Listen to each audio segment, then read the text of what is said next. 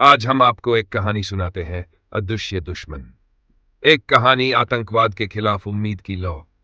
यह सिर्फ एक कहानी नहीं, बल्कि एक ऐसी लौ की कहानी है जो अंधेरे में भी जलती है। यह कहानी है एक नन्हे दिल की, जो दर्द से टूटा, लेकिन हिम्मत से फिर उठ खड़ा हुआ। यह कहानी है आतंक के खिलाफ उम्मीद की, जो बताती है कि असली जंग बंदूक से नहीं, बल्कि इंसानियत से लड़ी जाती है। तैयार हो जाए, क्योंकि यह कहानी आपके दिल को छुएगी और शायद आपकी सोच को भी बदल देगी। हिमाचल के एक छोटे से पहाड़ी कस्बे सूरजपुर में सुबह का आलम कुछ और ही होता था। सूरज की किरणें बर्फीली चोटियों को चूमती और हवा में मंदिर की घंटियों की मधुर आवाज गूंजती। 17 साल का आर्व अपने पिता कैलाश के साथ रोज सुबह साइकिल पर दूध बांटने निकलता। कैलाश एक स्कूल शिक्षक थे, जिनके लिए शिक्षा सिर्फ किताबें नहीं, बल्कि जिंदगी का सबक थी। लेकिन उस सुबह एक भीषण धमाके ने सब कुछ छीन लिया। बाजार में आत्मघाती हमला हुआ। चारों तरफ धुआं, चीखे और मौत का सन्नाटा। कैलाश उस हमले में शहीद हो गए। आर्व की दुनिया एक पल में बिखर गई। कई दिन तक आर्व खामोश रहा। उसकी आंखें गीली थी, लेकिन दिल में गुस्से की आग धधक रही थी। गली मोहल्ले में लोग फुसफुसाते, आतंकवादियों को सबक सिखाने का एक ही रास्ता है, खून का बदला खून। आर्व के मन में भी यही उबाल, लेकिन एक रात उसे अपने पिता की पुरानी डायरी मिली। उसमें लिखा था, सच्चा दुश्मन वो नहीं जो हथियार उठाता है, असली दुश्मन है वो सोच जो इंसान को राक्षस बना देती है।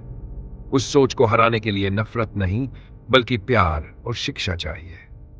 उस रात आर्व ने फैसला किया, वह बदले की आग में नहीं जलेगा, वह बदलाव का रास्ता चुनेगा।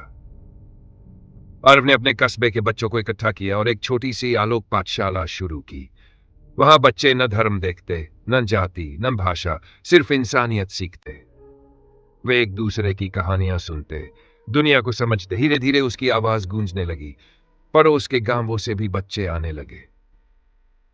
सोशल मीडिया पर आर्व की कहानी आग की तरह फैल गई।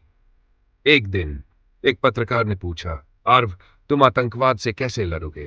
तुम्हारे पास तो कोई हथियार भी नहीं। आर्व ने शांत मुस्कान के साथ जवाब दिया, मेरा हथियार किसी का खून नहीं बहाता। मेरा हथियार लोगों को जोड़ता है। मेरा हथियार है शिक्षा, और मेरा मकसद है नफरत को हराना। एक दिन आर्व को एक गुमनाम चिट्ठी मिली। वह एक ऐसे लड़के की थी जो कभी आतंकी संगठन का हिस्सा बन चुका था। चिट्ठी में लिखा था, अगर कोई मुझे पहले यह बता कि सच्ची जीत मारने में नहीं, गले लगाने में है, तो शायद मैं उस अंधेरे रास्ते पर कभी न जाता। तुम्हारी पाठशाला ने मुझे नया रास्ता दिखाया। अब मैं दूसरों को बदलूंगा। आरव की आंखें नम हो गई। उसे यकीन हो गया, आतंकवाद का असली दुश्मन बंदूक नहीं, अशिक्षा है। आज आरव एक युवा प्रेरणा बन चुका है।